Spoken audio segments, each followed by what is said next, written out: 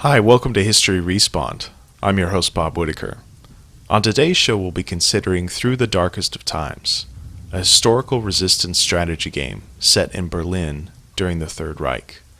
Players in the game attempt to lead a small resistance group through the Nazi era, attempting to destabilize the regime with graffiti, leaflets, and occasionally outright violence. You've got to balance your activities, however, against the threats of sinking resistance morale, as well as the threat of capture by the Gestapo.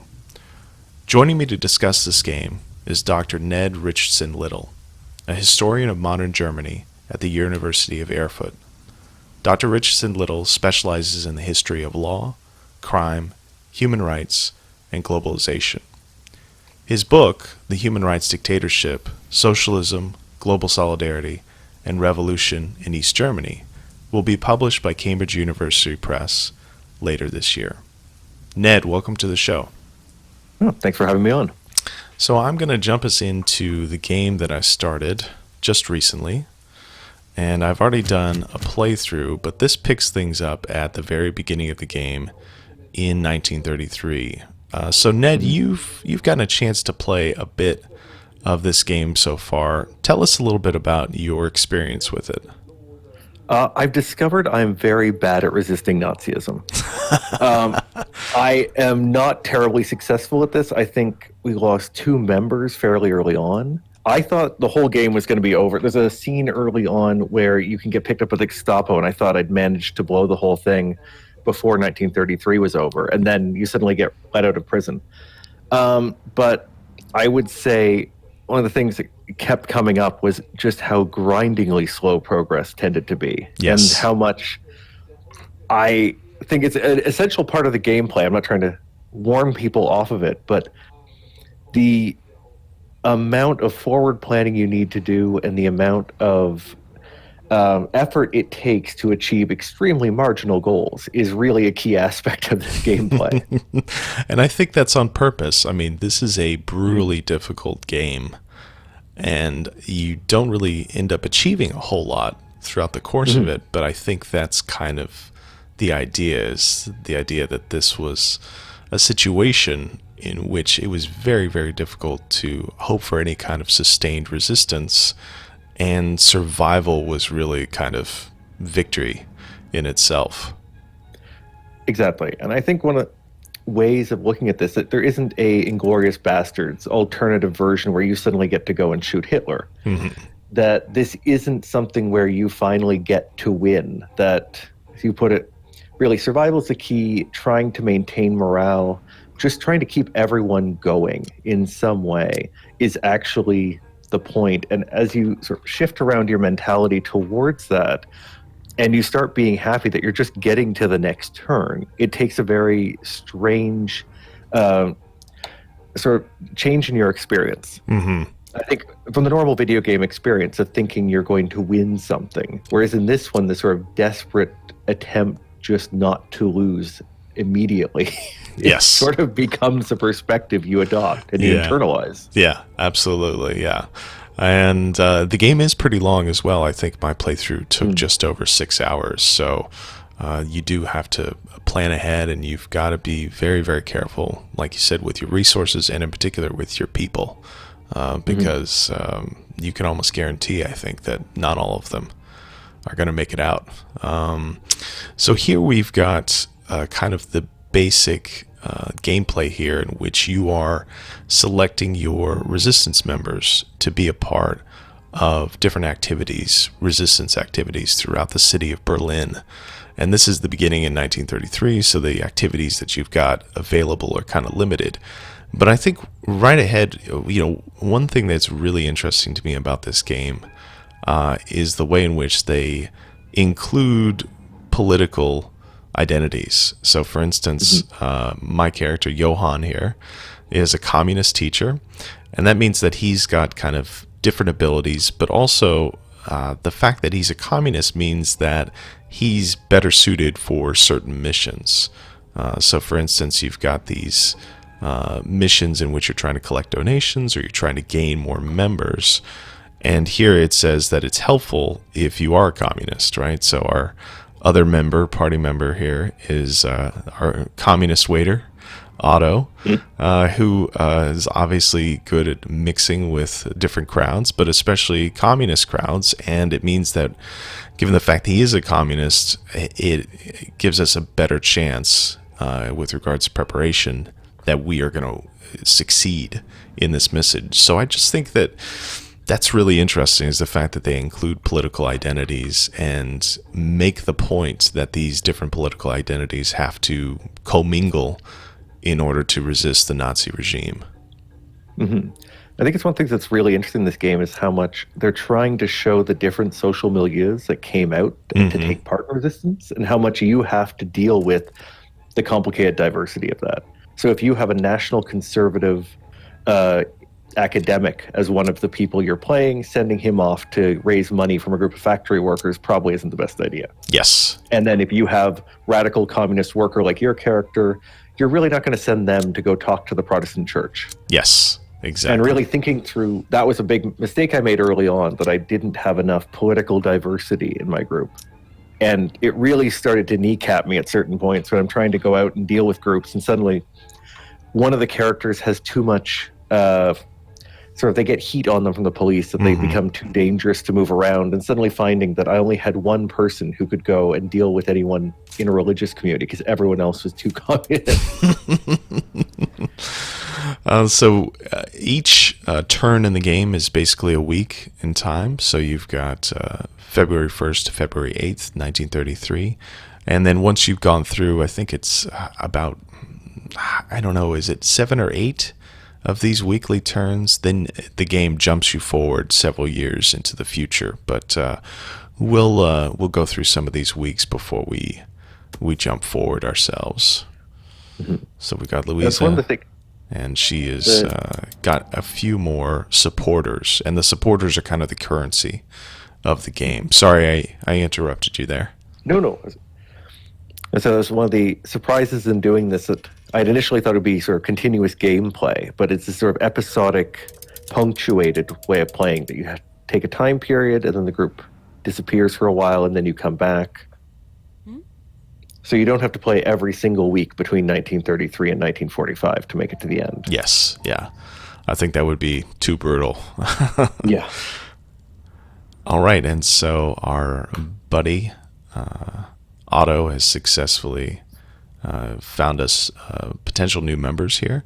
And so here you get their player cards, and you get a good sense of what their backgrounds are and what they'll potentially be good at. And they've also got these kind of different attributes down here, including the extent to which they are good at keeping a secret, which basically means how well they hide from the authorities, their propaganda levels, how good they are at convincing other people, literacy, which plays into writing leaflets, producing leaflets, etc., and then also recruiting intellectuals, which comes up later in the game, I'd say after 1936.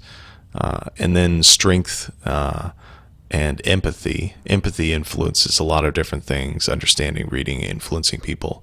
And then strength is kind of pure violence, basically. So Ned, which one of these members do you like? We've already got 2 communists on board, so I don't know if we really need another one. I think our credentials with the Marxist crowd are pretty strong already. So I'm looking at these other 2, the Catholic conservative and the National conservative. Do we have any engineers or people from that area? Yeah, good idea. Let's see. Waiter, textile worker, and then a teacher. So teacher and engineer in the same category. They are. They both have glasses, yeah. But here's a freelancer who's a national conservative. That's an awkward combination. Well, I like the independent gentleman communist, the sort of wealthy dilettante. Let's go for Sebastian Mendelssohn. Then. Okay, all right. Our national conservative architect. Okay. And he's got no strength, but he's really good at propaganda. He's very good at convincing people. So I think perfect freelancer talents. I think you probably need that if you are a national conservative at this time. So here we've got one of the early story interludes in which your player character is describing the situation as they find it in Berlin. And so you get a chance to kind of describe and carry on the story by picking these options here to the right. So in your playthrough of this, how did you find this section of the game, this kind of choose your own adventure aspect? I found what I thought was interesting is how quickly I found myself emotionally involved with the choices, in the sense of thinking immediately at the beginning of, no, I'm going to be really cold-hearted and just focus on the task at hand, and how much you actually feel bad not intervening in these situations. That it's set up very effectively to immediately give you a sort of strong pushback from your sense of conscience whenever you try to really just say, fine, I'm going to protect myself, protect the mission. We're going to be just doing the resistance activities, and I'm not going to sort of involve myself with the police in other situations. And I find it's sort of hard. It's difficult to stop yourself sometimes from doing things that you realize are rash and possibly aren't going to help in the long run. But in this particular episode, I found the idea of sort of not actually intervening when a group of SA thugs go after an elderly Jewish man. It's, you know that you're probably this. It sort of feels at the very beginning of, am I immediately going to end the gameplay by ending up being in prison? And I found it sort of immediately just getting to the no, intervene, and then immediately into the no, run away as quickly as possible as soon as the man is safe. Let's see. I'm gonna hurl an insult to see what happens there. Okay. Oh, idiots! Nice. That's good. That's good material here. Oh. And so each of these kind of choose your own adventure sections only last a couple of minutes, but I think they do a pretty good job in terms of setting up context for the resistance gameplay that you're doing week by week. It's really a nice touch, and some of them get a bit more involved, a bit more complicated as the game goes on. So here you've got the balance sheet for the week. We've got a weekly decline of morale, and this becomes a common thread throughout the game and in real life right now with the coronavirus. But then from successfully completing missions and from participating in events, you can get the balance of morale back up. So that's a nice touch. And here we've got a little bit more context regarding some of the wider events that are going on, not only in the world, but then also within Germany, as well as with Hitler's wish to get the parliament dissolved. So what do you think about this kind of interjection of historical material through these newspapers? Well, I think it's a nice balance that they managed to pull off here, that you have the problem of everyday events that you would be confronted with as a person, and then in this case having to give you sort of the grind of the daily developments that were hitting people. The sense, and I think it's one of the things early on in the game in particular, trying to look at the incremental way in which the Nazis came to power and started to implement various oppressive measures.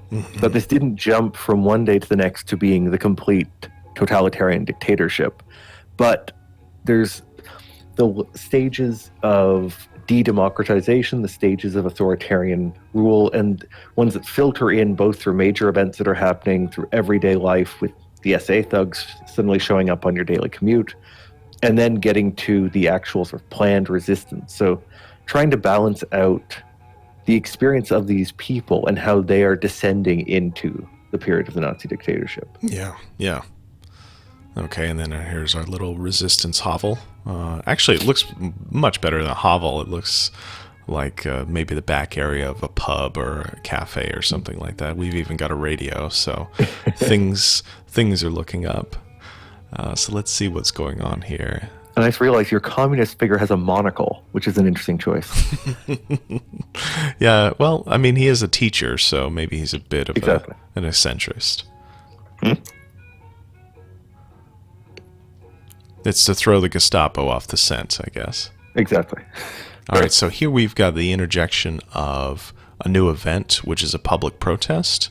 And usually those are good to follow up with because they can lead to both higher morale and then also higher level supporters, which essentially supporters leads to more money, which is important because, as you'll notice in the inventory, we only have got 48 marks to our name, though we do have this nice bicycle, which help us to escape the SA, so things could be worse. Yeah, I'd say for anyone playing, always take the side quests. Yes, if there's absolutely. any special auction that comes up, always go for it. All right, so the public protest is being led by the Social Democratic Party. And I'm wondering, how much do you know about the kind of political groups at the beginning of the Third Reich? I honestly don't have much knowledge, and I'm kind of curious about the Social Democrats in particular.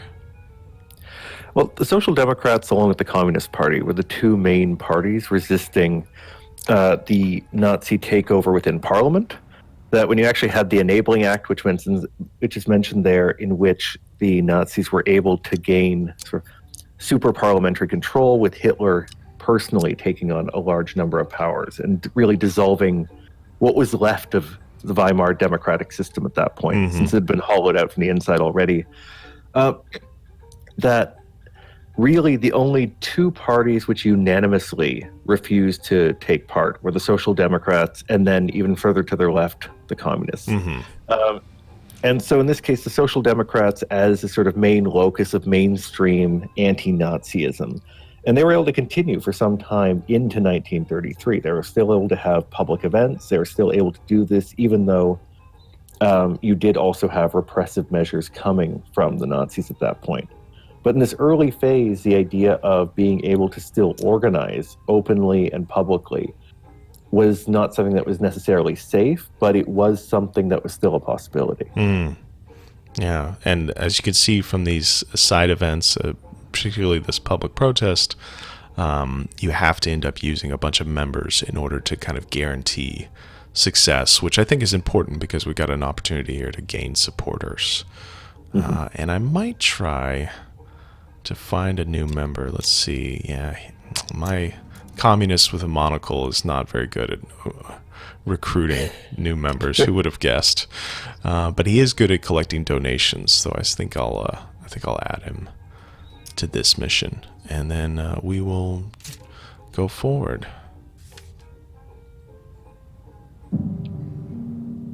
So here's another one of these interludes.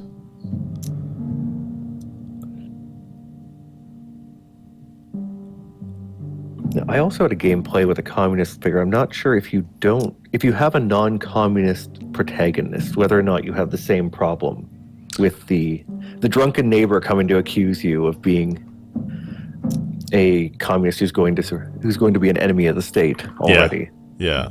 I played as a communist in my main playthrough, actually, so I guess I'm just naturally drawn to that perspective. But I am curious. I wonder if that does happen. I wish I had picked somebody different for this playthrough, actually, but that's too late.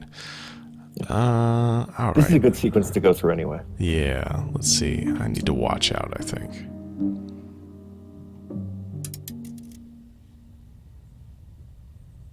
I think it's one of the things that works well in the early phases, too, of these sort of events that are menacing, but you're not really sure to what extent there is an actual danger coming.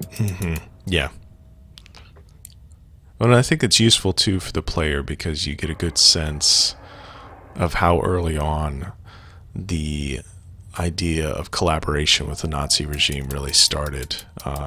Particular for people who are on maybe the fringes of society prior to the advent of the Nazi regime, now move to the center because of their perspective matching up with Hitler, with the Nazis. And also, throughout the course of the game, not to give too much away, even though it is historical, you do have some of these collaborators continuing to show up, and their power and their influence continues to increase. And you get a really good sense of how important that kind of collaboration was to the functioning of the Gestapo in particular. I think the Gestapo was only a few tens of thousands of officers, particularly during the 1930s. ramps up during the war, but they really relied heavily on collaborators within the public, right? People serving as informants. And very often it was the case where they were, going after people who had been informed on by their neighbors, right? By people who were close to them. Now, especially by March 33, there's a huge influx of new members to the Nazi Party, a huge increase in popularity for the party, and the number of people who decided to take it upon themselves to become enforcers for them. So somebody made the comment sort of under fascism that you get the stupidest, angriest bully on your street suddenly becomes the person who makes the rules that are happening around. Yeah. They're the ones who are now determining whether or not you are going to end up in prison or whether or not you get to live a normal life. Yeah. Yeah. And I love how this game does that, where it gives you a sense of the kind of fear and the threat on the street, right? When you're going through the street and you're seeing the SA beat up people on the street, but then also going back to your own home, going back to your apartment, and having people, again, neighbors, people on your street who are emboldened by what's going on in the wider world. No, there's a term as part of the historiographical debates. One of the arguments from Ian Kershaw, a British historian, this idea of sort of working towards the Fuhrer was the term he used. The idea of that throughout the system, you had people who were looking up to what Hitler was setting as the general line, and they were thinking sort of, how can I realize that in my everyday life? And the extent to which people throughout many different parts of the system, if we're looking at those within the SS who are carrying out the Holocaust, if we have people just a regular person on a street, looking to Hitler setting an example and then them filling in the blanks on what they should do about that. So we didn't need a top-down thing of the Gestapo giving an order telling like the angry drunk in the building to go start harassing communists. People looked at what was happening, took the lead, and then decided to follow by example. Exactly, yeah. Took advantage of the opportunities that were there. So just briefly, I think we might jump ahead here to a different save, but I do want to mark out these two new activities that are available to us. The first one is buying paper, and the second one is buying paint. So these are two really common activities that occur in the game, I think throughout the entire course of the game, to be honest, even through when you get to the Second World War, if you're lucky to survive. And you can buy paper in order to eventually print leaflets, which you could spread propaganda, anti-Nazi propaganda. And then you can buy paint, which is then used to create graffiti. And I think, for viewers who are watching this, if they're familiar at all with any kind of German resistance to the Nazi regime, they're probably most familiar with the White Rose Society and their activities, which you'll know better than for myself, Ned, but their activities included printing leaflets and then producing different types of graffiti as well. So I think it's a nice touch that these two resistance activities are included in the game. Yeah, I think if people, on an everyday resistance level, the White Rose is definitely the best known. And also one that it's an organization that was really picked up by such a broad, different group of people. They were celebrated in both West Germany and East Germany, and different members were from different social milieux, so they were able to be embraced by very different groups in society. So the Orthodox Church has one member who they've made into a saint based on the fact that he was an Orthodox Church member. Catholic Church sees another member as a saint since he was a Catholic Church member. The leader of the group was a national conservative, and then Sophie Scholl, as a young woman taking part in this, and her brother Hans, who are also from a sort of religious background, but then also representing youth and rejection of Nazism. But at the same time, in this way too, but there really weren't that many activities that people could take part in that didn't immediately bring down some kind of violent response from the state. Yeah. So I think you're easing people into this problem that just trying to buy paper is something that's dangerous. Just trying to get the basis of even trying to do graffiti, which seems like a rather minor thing, already brings you under suspicion before you even try and get up to the point of blowing up a factory or breaking into a concentration camp, Yeah. which you can eventually try to do if you're a better player than I am.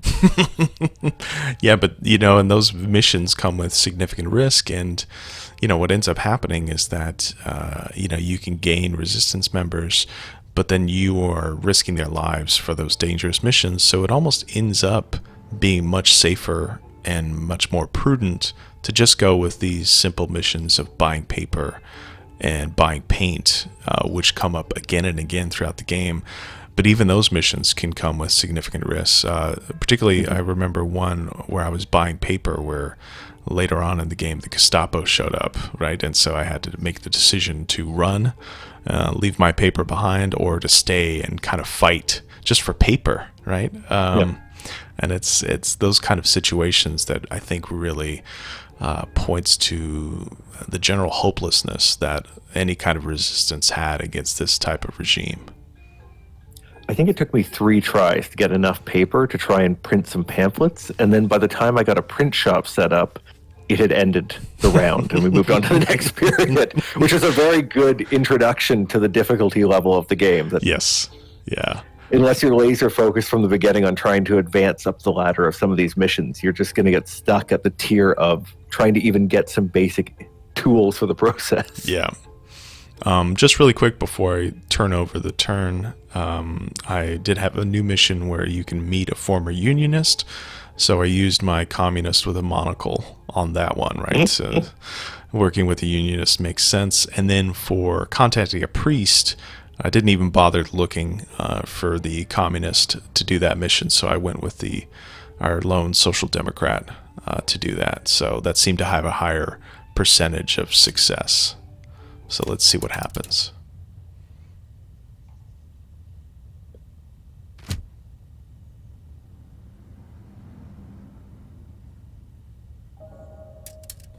And these text descriptions of what happens are kind of filled with drama as well. So he's waiting for the paper, then after some time, the clerk returns with the paper. It's like, oh, that was close. But you end up with 2 sheets, which I want to say I think you need 3 in order to print a leaflet. So I think so. What I like about this, too, is that if you do get rumbled by the police, it's sort of halfway through the text. So as it's going, the drama of the explanation is somehow interrupted occasionally with this, and you have a timer on what you decide to do, to run, to fight, or to hide. And then 1 supporter.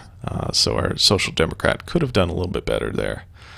We need to find a religious resistance member, I think.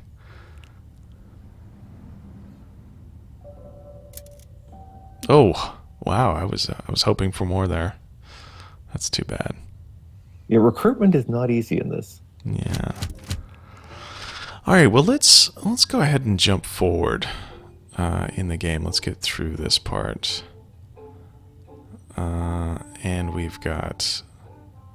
so we've got some signs of discord between different members of the group, between Otto and Sebastian, and it's on the basis of political identity.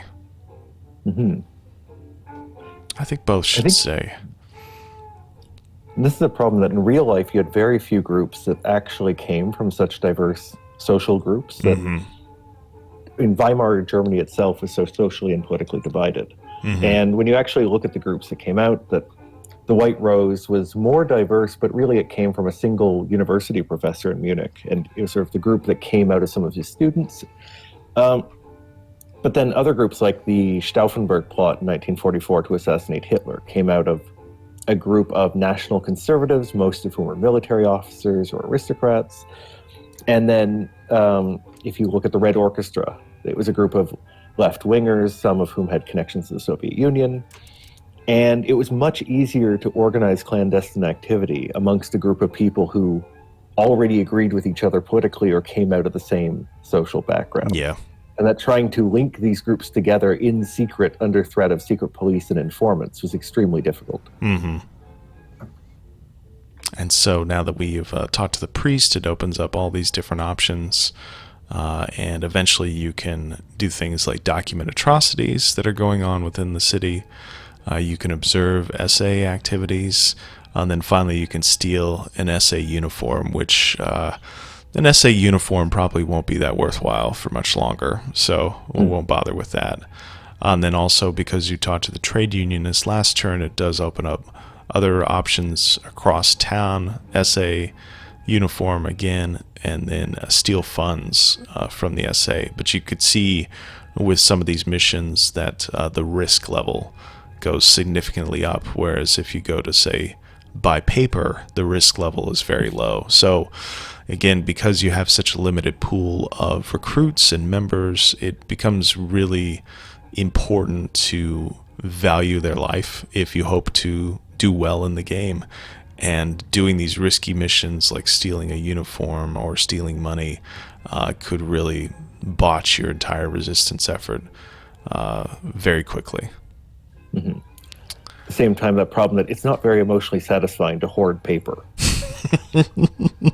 So I think it really gets to the frustration sometimes that as you're sitting there realizing how difficult it must have been to be in some of these groups, thinking, I'm trying to strike a blow against fascism, and we've managed to accumulate paper.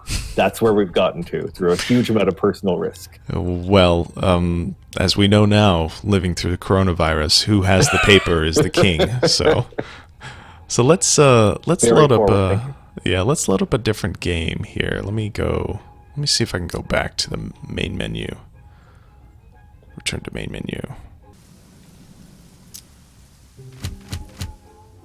Olympic Games opened in Berlin. Okay, great. I think we might have missed the intro video part for this, but that's okay. This will get us a little bit of a better sense of what else is going on. And then you can also see some of the other things that are going on in the world at this time. England and France send warships to Spain. Italy supports General Franco. So we're in the midst of the Spanish Civil War. And then also with Germany and Hitler having the Olympic Games. And you can see this is my original group of resistance fighters. And this is my character here. She's a communist. And then most of the others are social democrats, I think. Well, we can check that out.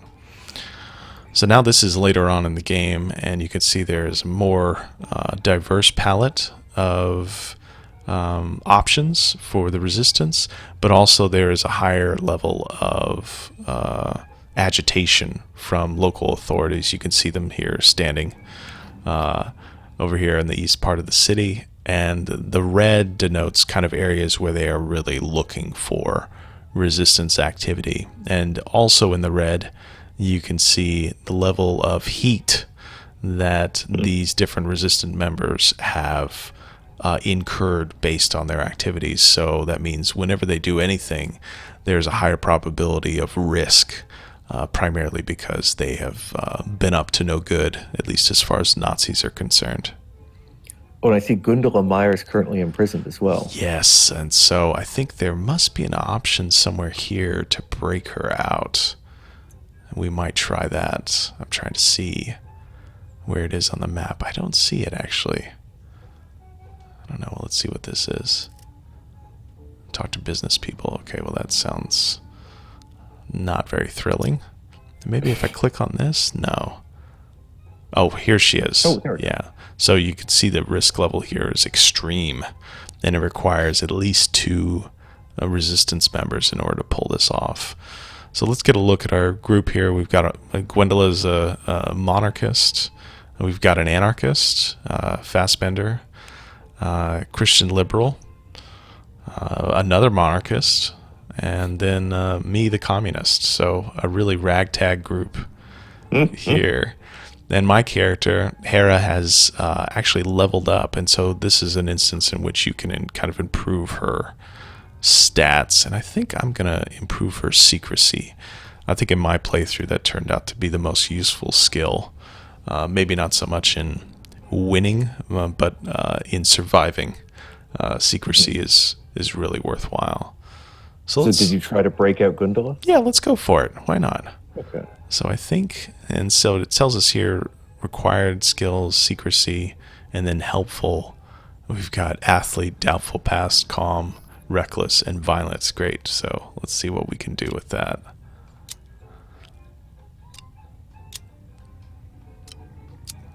Right, so you've maxed out on danger. That's always a good sign. But we're pretty high on preparation. I like our chances. But I like when you send a bicycle that people can use that to ride away, and I'm just imagining 3 people riding together on a bicycle away from the SS chasing them down the street. So I'm going to add to this, I'm going to add bicycle and explosives to give us a better chance of preparation. So we'll see what happens with that. And then let's find a mission for Richard Fassbender, who is an anarchist and a fireman. And a misogynist. And a misogynist. quite the combination. It takes all kinds to resist the Nazis. Yeah, that's right. Oh, I should mention there is these side missions that you can go on that improve party morale, or I should say resistance morale. So if you were to click on this go dancing option, all of your resistance members have to go dancing, but then it improves your morale. And morale is really important, especially later in the game, because if you run out of it, the resistance breaks up. So sometimes those dancing missions are worthwhile. I like that it's everyone. So right now, you don't have 3 people going to break someone out of a jail while one guy goes dancing for everyone's benefit. Exactly. Let's see. I don't think our anarchist is going to be very good at talking to the Christian community. And this is, I think, intellectuals. Yeah, this is at a university. So let's see. Yeah, that's not bad. They don't mind the anarchist there. Let's try. Okay, let's see what happens with our escape attempt.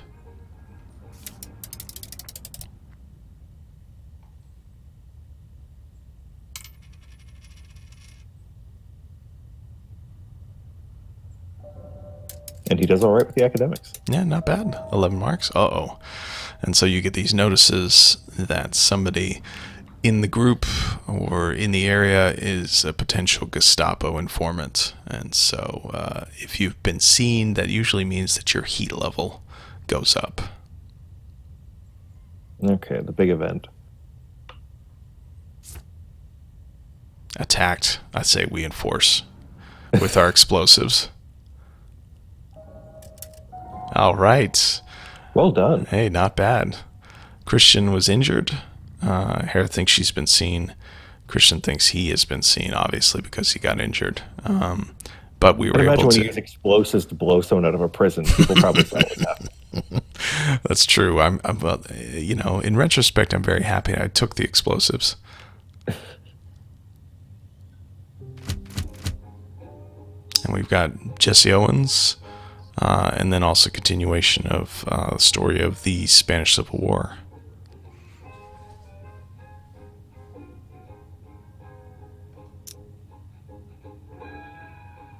So one of the major side stories that you get here during the Olympics scenario is the idea that you're going to use this opportunity to inform the wider world of the events that have been going on within Germany, within Hitler's regime. So you get a lot of opportunities throughout the Olympics to talk to foreigners, to talk to people from outside of Germany about what's going on, and perhaps sharing with them documents or photographs related to that information. And a few times you have incidents that come along where you get to encounter a famous person. So when the book burnings, you get to meet Eric Kästner, the famous children's author. He'll provide you with something useful, or in other cases you go to Paris and meet an exiled writer. But you have the sort of more involved, longer-term missions involving historically prominent figures that get to come up as well. So it looks like Christian is leveled up. I'm going to increase secrecy, because why not? Okay, let's see what else we've got here. You have a lot of heat on everyone. I do, and so it might be a good idea to go into hiding. And so this is an option that costs a lot of money, 30 marks, but at the same time can take a big level of heat off of characters. So why don't we move some of them out? So that's at least 3 of us who will avoid the Gestapo for a turn. And let's send somebody on a mission in a high heat zone, and just to see what happens. Oh, that requires 60 Print leaflets. What about smuggle books? No, not enough money. Oh, do I have enough? Oh, I do. Okay, great. Yeah. All right, so let's go with... Oh, and you have a pack of books to smuggle. Yep. Oh, does it not Oh, require or is that? it already... I guess not. Books are Yeah, included, okay. I suppose. All right. So you're half prepared but fully dangerous. Sounds like a plan. That's right.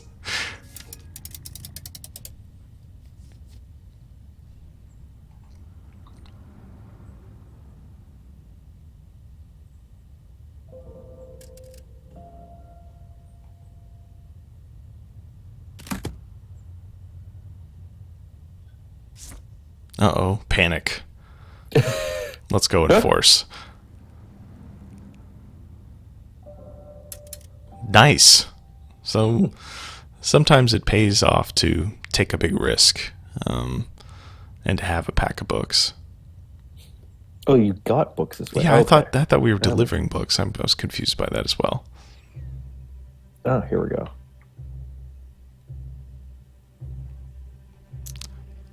So this is an area outside of town where you were visiting a camp. And this is, I want to say this was built up in previous interludes in the story, but I can't quite remember. Yes, this is a section on Sinti and Roma, right? Mm-hmm. Yes. Yes.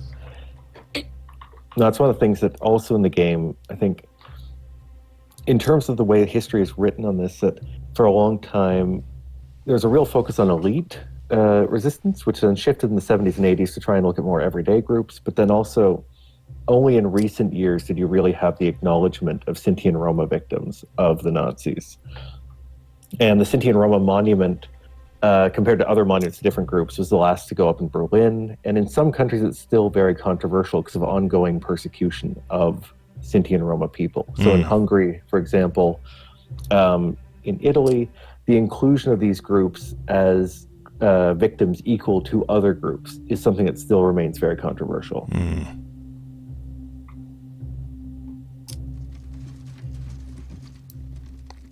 So here you are working with another resistance group, another resistance member, to try to basically chronicle what's going on with this group of Roma. And you're taking pictures, which you are eventually hoping to share with a foreign journalist. I think, as you said, that the stakes of what's going on really shift as the game goes along. So at the beginning, it's really about getting a sense of the incipient violence of what's happening. So things like they have the Köpenick Week of Blood, which is a incident where basically Nazi stormtroopers and police came to violently roust communist and social democratic groups in the neighborhood of Köpenick. By this phase, he said, sort of connecting the Olympics to exposure, and then the next phase after that, you get into the war. So the game mechanics remain the same, but each historical period has its own distinct focus. Yeah, it's almost as though each historical time period selects a different topic for consideration, like you said. All of them kind of loosely connected together along the idea of resistance and persecution. But it's very pedagogical as well, that this idea of trying to introduce all of these different groups to you, all the different sort of groups of Nazi victims, the type of people who were involved in different forms of resistance, and then different historical episodes and prominent victims of the Nazis or prominent people who were involved in anti-fascist activities at the time. Just to play devil's advocate a little bit, what do you think about the difficulty of the game in attempting to kind of impart those historical elements? I mean, it seems like on the one hand, you want the game to be challenging so that players get a rise out of playing it, but at the same time, making it so challenging also might hinder the level to which they kind of are able to impart those historical elements. So I'm wondering, what do you think of that balance? Do you think the game is too hard so that it makes it difficult to get to these moments? Or do you think it's kind of the right balance and that getting to those moments through such a difficult game makes the historical knowledge you get out of them so much more impactful? I think it depends on the patience of the players. That if people are going into the game thinking they're going to have a fun, easy time and are immediately looking for cheat codes on the internet, it's not going to work. But at the same time, I really think it's important in these situations, especially from a sort of pedagogical point of view, not to give people the sense that an easy victory is possible if you just try hard enough or if you just believe enough. That one of the things I think historically that's important to impart is how much those who were in the resistance were in a very, very small minority. Mm-hmm. And this is one of the problems in looking at this, that you're not just there trying to take down an evil regime, and once you can sort of assassinate one person or get rid of one institution, bomb one place, suddenly victory is going to happen. That what you're up against is a society which has become Nazified and which is collectively working towards these goals. And so I think in this way that actually preparing people, if you're thinking of preparing people for what they would do in a situation like this, or sort of mentally preparing them, that giving people a fun experience in which they get to win really gives you a false historical impression of what was going on. Mm-hmm. Yeah, I agree. And also, I think there is a real satisfaction at a certain point when you do just get to accumulate paper. If you've been beaten down by the game mechanics enough to the point where that's actually feels like a massive achievement, at that point, everything else is just gravy. So yeah, exactly. Yeah. But I think it is really, as a game, it's something you have to go into not seeing it as something you're going to beat, but something you're going to experience. So that you have to be in it for the interest in the historical period and for the interest in a game mechanic, which is not there to scintillate so much as to give you a specific type of experience. Mm-hmm. Exactly. Which I think these days is not that rare in video gaming. So this is not sort of the first game that's tried to give you that sort of feeling and not just sort of deviate from a first-person shooter or strategy game system where you definitely have the option to fully win. Right. A power fantasy. Right. This game is providing you with the exact opposite of that. Yeah, so the powerlessness fantasy, which is giving you an odd perspective on things. But yeah. I think that people have been trained enough by other games to expect that it isn't just going to be fun times going and assassinating Hitler, like you get to be Brad Pitt. Mm-hmm. That's interesting. You selected Brad Pitt there. I thought you might go in a different direction. I was trying to think of the other actors in Inglourious Bastards, and I blanked on the people who actually end up doing the killing. So. But him and his ridiculous accent is the thing that really sticks with me from that film. Yeah. His Italian is just pitch perfect as well in that film. So here we've got the end of the set of weeks in 1936. Again, I think there's usually 8 to 10 weeks. I'm not sure. I didn't write down how many weeks are in each chapter, but here we've come to the end of the second chapter in 1936. So I think if we go forward here, we will get a little video. So maybe we'll watch that and then call it an episode. But here we've got a mention of your status as a leader and then how your resistance group is doing. And it's strong enough to withstand the brutal crackdown that comes after the 1936 Olympics. So let's go ahead and jump forward. No one outside the camp knew of the events of that day. No one wanted to know. The new Germany was being celebrated in Berlin as if it were a country like any other. Hitler lied, and the world wanted to believe. I really love the artwork and animation here. It's kind of like a very depressing graphic novel. In 1938, Britain and France gave one thing the designers had said is that they were inspired by the work of Kata Kollwitz, who actually gets mentioned here, who was an artist from that period. Did a lot of work with block cuts, and she was famous for creating a lot of pacifist socialist art. And now there's a famous monument in Berlin to the victims of war and dictatorship. It's a famous Pietà figure, mother and child, that she created based on the experience of losing your own son in the First World War, which is these very stark black and white block cut pictures, which aesthetically you can see as an inspiration here. So now we've got to the war, jumps ahead to, I think, 1939. Let's see. I think it's 1939, and then it jumps ahead to 41. 41, I think you're right. So what do you think about the way in which this game jumps ahead? Do you think that the sequences that they've picked out, starting in 33, going to 36, and then 39, and then kind of breaking the war up into 3 different sections, do you think that works? I think it's a good way of trying to get through the different periods, because one of the things that is difficult in terms of looking at the game, that a sheer slog from 33 onwards would be too difficult. If you just did the war, I think it would really lose out on the opening phase and seeing the sort of slow sinking terror that comes from it. So I think as a way to balance out getting a sense of the gradualness of the shifts under Nazism and the fact that each of these periods was historically distinct, it's a good way to do it. One thing I can imagine people getting frustrated with is the process by which, as you're building things up in an episode, and then it suddenly ends right as you're on the cusp of achieving something.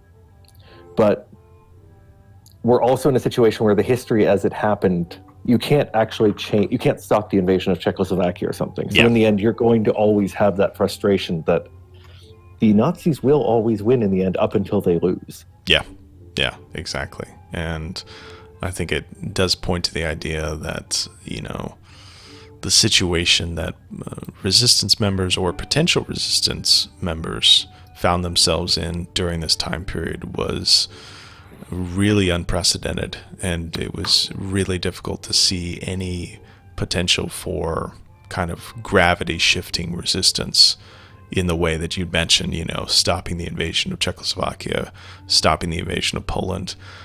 Those kind of ideas were just impossible to imagine, and instead we're left with a very similar situation to now, where we're hoarding paper. So Ned, I think that does it for today's episode. Thank you so much for joining me. Oh, very happy to be on here. Thanks for inviting me. And to you, the viewer, thank you for joining us. If you're interested in learning more about History Respawn, please do visit our website at historyrespawn.com.